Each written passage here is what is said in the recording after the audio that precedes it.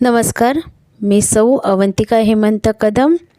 माझी शाळा आहे कुमुद विद्या मंदिर, यशवंतराव चव्हाण महाराष्ट्र मुक्त विद्यापीठ, नाशिक अंतर्गत शालेय व्यवस्थापन पदविका P10 म्हणजेच डिप्लोमा इन एज्युकेशन हा अभ्यासक्रम आहे। त्यातील 113 म्हणजेच 113 शैक्षणिक व्यवस्थापन या विषयाची माहिती पाहूया। घटक 1 शाळा एक प्रणाली।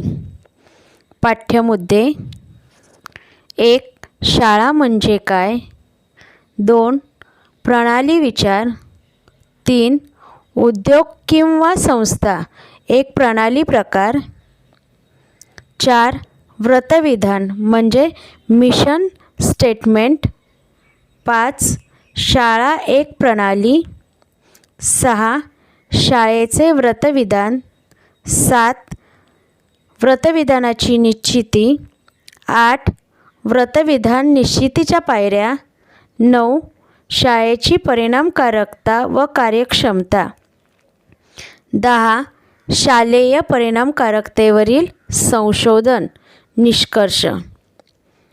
यातील उद्दिष्टे आहे, या स्वयंअध्ययन साहित्याचा अभ्यास केल्यानंतर आपण खालील गोष्टी करू शकाल। 1 प्रणाली विचारांची मूलभूत वैशिष्ट्ये व तत्त्वे सांगू शकाल। 2 कोणतीही संस्था किंवा उद्योग एक प्रणाली कशी होऊ शकते हे स्पष्ट कराल। 3 व्रतविधानांची संकल्पना व महत्त्व विशद करू शकाल। 4 शाळा या संस्थेची प्रणाली उपागमाच्या म्हणजे ॲप्रोच संदर्भात मांडणी करू शकाल। 5 शाळेसाठी व्रतविधानांची आवश्यकता ते प्रतिपादन करू शकाल। 6 व्रतविधान निश्चितीच्या पायऱ्या सांगू शकाल।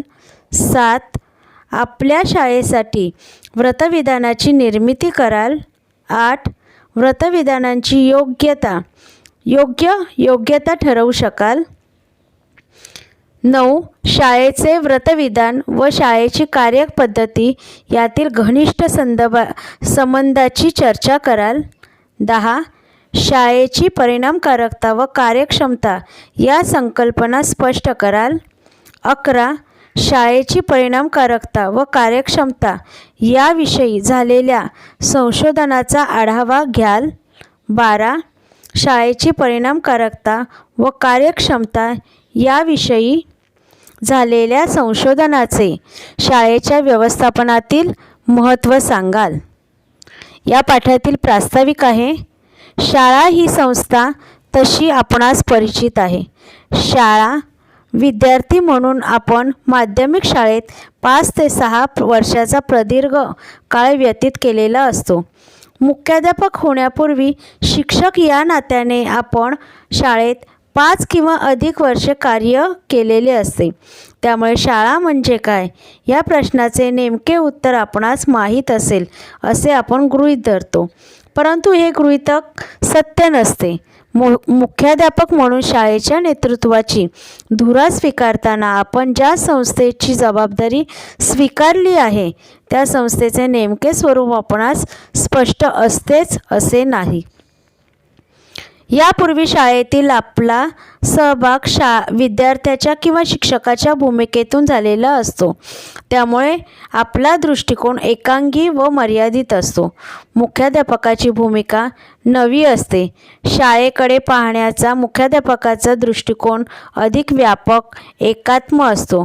शाळेकडे तिच्या कार्यपद्धतीकडे तो थोड्या वेळ उच्च पातळीवरून पाहतो, त्यामुळे ज्या गोष्टी त्याच्या दृष्टिपथात येतात, ज्या भिन्न भिन्न घटकाला त्याला विचार करावा लागतो, तो इतरांच्या किंवा आपल्याच पूर्वीच्या अनुभवाचा भाग नसतो। यासाठी मुख्याध्यापकाला शाळेच्या समग्रतेची जाण असणे आवश्यक असते। या समग्रतेच्या पूर्ण जाणीवेतून मुख्याध्यापकाला शाळेच्या कार्यपद्धतीचे नियोजन, व्यवस्थापन, नियंत्रण व प्रशासन इत्यादी कार्य करावी लागतात। ही त्याच्या यशाची एक गुरुकिल्ली आहे. म्हणून शाळा म्हणजे काय या प्रश्नाचा प्रथम आपण शोध घेऊया. या पाठाचे विषय विवेचन पाहूया. शाळा म्हणजे काय या प्रश्नाचे उत्तर आपण पटकन काय देऊ. आपल्या शाळेविषयी काही कल्पना पुढीलप्रमाणे असतील. शाळा म्हणजे शिकविण्याचे वा शिकण्याचे कार्य करणारी संस्था अशी कार्यानुसार शाळेची व्याख्या करण्याचा आपला प्रयत्न असेल. किंवा शाळा म्हणजे विद्यार्थी, शिक्षक, शिक्षकेतर कर्मचारी इत्यादींचा एक समुच्चय अशीही आपली एक कल्पना असू शकेल. तथापि हे चित्र अपुरेच असणार आहे. शाळा हा मुख्याध्यापक, शिक्षक, अन्य सेवक, विद्यार्थी यांचा समुच्चय तर आहेच, परंतु ती त्यांची केवळ गोळाबेरीज नव्हे. शाळा म्हणजे त्याहून आणखी काही असते. शाळेचे सर्व घटक गुंतागुंतीच्या संबंधांद्वारे एकमेकातील आंतरक्रियेने परस्परांशी बांधलेले असतात. एका विशिष्ट हेतूने त्यांचे कार्य चालते. पालक, समाजातील महत्त्वाच्या व्यक्ती, शासकीय अधिकारी अशा शाळेबाहेरील घटकांशी शाळेचा नेहमीच संबंध येतो. देवाणघेवाण होते. या साऱ्या प्रक्रिया गतिमान असतात. सचेतन हे शाळेचे महत्त्वाचे वैशिष्ट्य आहे.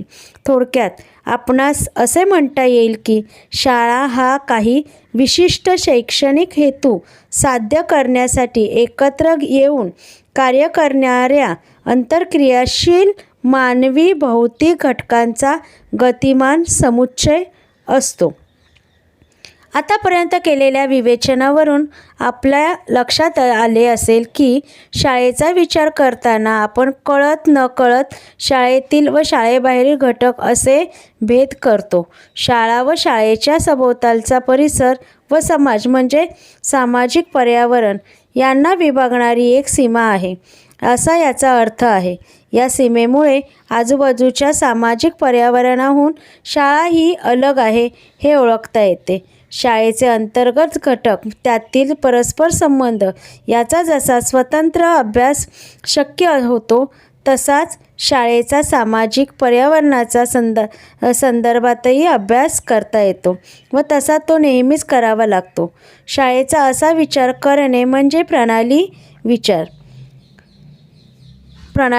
होय. प्रणाली विचार ही अलीकडील एका दशकात उदयास आलेली कल्पना आहे. प्रणालीच्या मूळ कल्पना ही जीवशास्त्रीय असली तरी व्यवस्थापन प्रक्रियेचे ते एक अपरिहार्य अंग ठरल्याचे शालेय व्यवस्थापनातही या संकल्पनेचा विचार अत्यावश्यक ठरतो. प्रणाली ही विचारांची याचसाठी आपण येथे थोडक्यात तोंडओळख करून घेऊया. प्रणाली विचार. पूर्वी उल्लेख केल्याप्रमाणे प्रणाली ही संकल्पना जीवशास्त्रातून आलेली आहे. मानवी शरीराचा आपण विचार करताना पचनसंस्था, श्वसन संस्था अशा विविध संस्थांचा विचार करतो. पचनाचे कार्य करणाऱ्या इंद्रियांच्या समूहास पचनसंस्था असे म्हणतात. म्हणजे पचनसंस्था ही विशिष्ट कार्य करणारी प्रणाली आहे. आता पचनासाठी अन्न घुसळण्याचे कार्य करणारी पचनसंस्थेची उपप्रणाली म्हणजे जठर होय. तसेच पचनसंस्थेतील अन्य इंद्रिये देखील विशिष्ट पूरक कार्य करणाऱ्या उपप्रणाली आहेत. या इंद्रियातील ग्रंथी म्हणजेच उपप्रणालीचे घटक व ग्रंथींच्या पेशी म्हणजे उपघटक असे विश्लेषण शक्य होते. मात्र सर्व उपघटक, इंद्रिये, घटक, संस्था यांची विहित कार्य करत असतात. त्यातील अंतर्गत घटकात विशिष्ट रीतीने आंतरक्रिया घडत असते. प्रत्येक प्रणालीची किंवा उपप्रणालीची सीमा त्वचा, बाह्य आवरण व किंवा भित्तिकेमुळे सुनिश्चित झालेली असते व प्रत्येक घटक, प्रणाली ही सुसंघटित, एकसंध, एकात्म व परिपूर्ण असते. घटकाबाबतीत उपप्रणाली बाबतीत प्रणाली ही पर्यावरण ठरते. शरीरातील विविध संस्थांच्या संदर्भात शरीर हे महाप्रणाली ठरते व स्वतःचे तसेच वंशाचे अस्तित्व टिकविणे हे या महाप्रणालीचे जीवशास्त्रीय उद्दिष्ट किंवा हेतू असतो हे आपल्या लक्षात आले असेलच. शरीर किंवा शरीरातील एखादी संस्था किंवा एखादे इंद्रिय प्रणाली किंवा उपप्रणाली म्हणून कार्य करत असताना पर्यावरणातून कित्येक गोष्टी प्रणालीमध्ये येतात किंवा प्रणालीमधून कित्येक गोष्टी बाहेर पर्यावरणात जात असतात. परिसरातून किंवा पर्यावरणातून प्रणालीमध्ये येणाऱ्या घटकांना किंवा गोष्टींना आदान तर प्रणालीतून बाहेर पडणाऱ्या गोष्टींना प्रदान असे म्हणतात. शरीरातील एखादी ग्रंथी जो रस किंवा स्राव बाहेर टाकते ते प्रदान होय, तर त्या ग्रंथीला होणारा रक्ताचा ऑक्सिजनचा पुरवठा ही आदानाची उदाहरणे आहेत. या चर्चेवरून जीवशास्त्रातील प्रणालीच्या संकल्पनेची थोडक्यात गुणवैशिष्ट्ये अशी म्हणता येतील. प्रणाली ही अनेक घटकापासून बनलेली असते. या घटकांमध्ये सातत्याने आंतरक्रिया चालू असते, त्यामुळे प्रणालीला गतिमानता प्राप्त होते. प्रणालीच्या एका घटकामध्ये बदल झाल्यास दुसऱ्या घटकामध्ये बदल होतो. प्रणालीच्या घटकांमध्ये सुसंघटितपणा, एकसंधता, एकात्मता असल्याने प्रणालीला पूर्णत्व किंवा समग्रता प्राप्त होते. प्रत्येक प्रणालीच्या अस्तित्वामागे काही विशिष्ट हेतू असतो. प्रणालीचे, उपप्रणालीचे व उपप्रणालीचे उपघटकांमध्ये विश्लेषण करता येते. प्रत्येक उपप्रणाली ही घटक हा पूरक विहित कार्य करतो. सुसंघटितपणा, एकसंधता, एकात्मता व पूर्णत्व ही प्रणालीची वैशिष्ट्ये उपप्रणाली किंवा उपप्रणालीच्या भागांमध्ये दिसून येतात. प्रत्येक प्रणाली ही आजूबाजूच्या पर्यावरणाहून एका सीमेपर्यंत वेगळी केली जाते. ही सीमा प्रणालीची मर्यादा स्पष्ट करते. प्रणाली व पर्यावरण यामध्ये सातत्याने आदानप्रदान चालू असते. जेव्हा पर्यावरणातून प्रणालीमध्ये एखादी गोष्ट येते तेव्हा त्यास आदान असे म्हणतात. तर जेव्हा प्रणालीतून पर्यावरणात एखादी गोष्ट जाते तेव्हा त्यास प्रदान असे म्हणतात. प्रणालीचा विचार पर्यावरणाच्या संदर्भाशिवाय अशक्य ठरतो.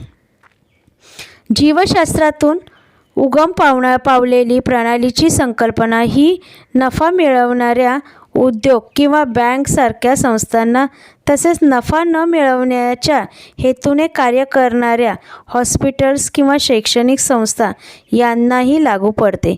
ते कसे हे पुढे स्पष्ट केलेले आहे.